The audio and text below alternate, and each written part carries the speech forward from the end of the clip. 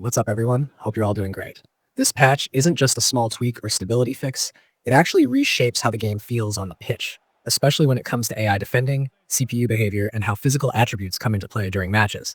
It's one of those moments where you can actually tell EA has been listening to feedback from the community.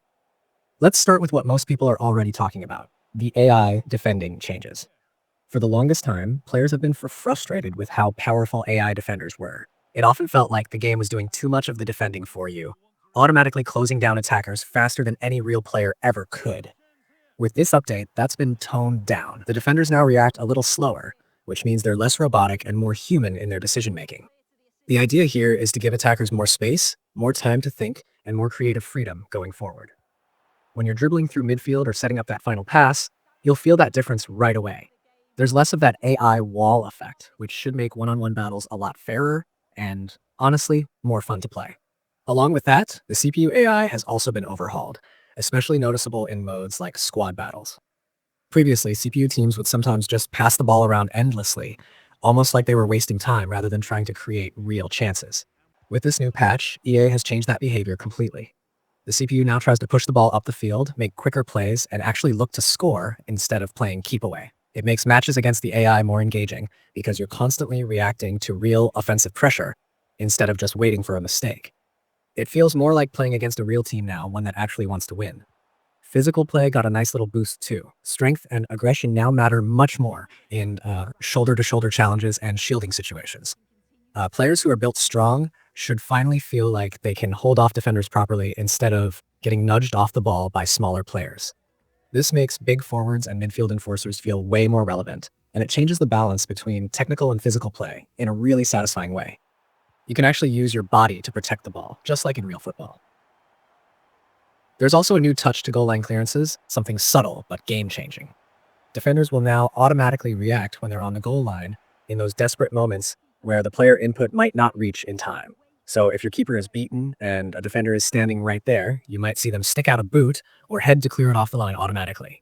It's a nice bit of realism that can make for some dramatic saves in tight matches. Acceleration types got some clarification as well, especially the lengthy type that players love to experiment with.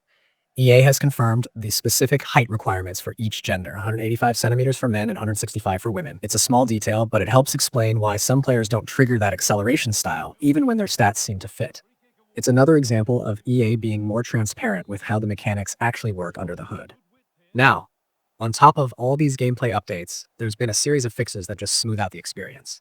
Secondary contained speed has been balanced, wingbacks behave more intelligently on the attack, and goalkeepers have had some camera issues ironed out, especially during control switches and set pieces. Even chip shots and acrobatic finishes got some fine-tuning to make them feel more reliable and natural. Ultimate Team got some love too, mostly with fixes that improve the menus and visuals. You'll notice smoother transitions between screens, better trophy and award visuals after matches, and a correction for those awkward item preview glitches that made Evolution players look unselected. It's not flashy stuff, but it definitely helps everything feel more polished. Career mode fans have a reason to be happy as well. Player panels now show expanded information, including clearer contract and general status fields. Some archetypes tied to the origin stories have been adjusted or removed, and the starting skill level has been replaced with starting AP, which connects more directly to your player's origin choice. There are also a handful of fixes for menu navigation and camera issues that made certain sections of career mode feel a bit clunky before. And to top it all off, EA made some broad visual and audio updates. You'll spot new or updated star heads, tattoos, and stadium elements. And the commentary feels slightly tighter with better transitions and phrasing. Even small things like banners, overlays, and lighting have been tweaked to look cleaner and more immersive.